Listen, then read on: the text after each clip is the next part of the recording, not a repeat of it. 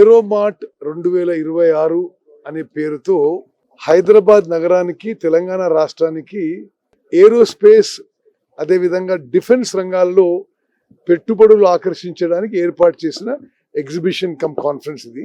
25 దేశాల నుంచి కంపెనీలు వచ్చాయి. హైదరాబాద్ లో మరి ఏవియేషన్ గురించి, ఏరోస్పేస్ గురించి, మరి విమానాలు మ్యానుఫ్యాక్చరింగ్ గురించి, హెలికాప్టర్ల మ్యానుఫ్యాక్చరింగ్ గురించి, అదేవిధంగా డిఫెన్స్ అన్ని రంగాల్లో మ్యానుఫ్యాక్చరింగ్ ఏర్పాటు చేయడానికి మరి ఇక్కడ ఉన్న బిజినెస్లు ఇంకా పెంపొందించుకోవడానికి ఈ కాన్ఫరెన్స్ ఎగ్జిబిషన్ ఏర్పాటు చేయడం జరిగింది.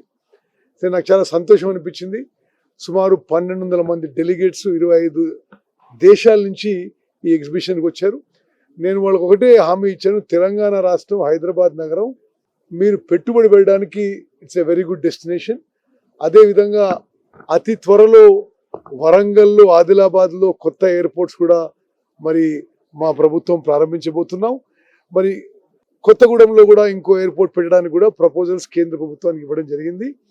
మరి మీరు మీ ఏవియేషన్ కంపెనీస్ ఇక్కడ మ్యానుఫ్యాక్చరింగ్ కానీ ఎంఆర్ఓ కానీ అంటే ఎంఆర్ఓ అంటే maintenance, repair, overall services maintain చేసుకోవడానికి మా ప్రభుత్వం మీకు ఎటువంటి ఫెసిలిటీస్ అయినా ఏర్పాటు చేస్తుందని చెప్పి కూడా మేము వాళ్ళని ఆహ్వానించాం. Thank you.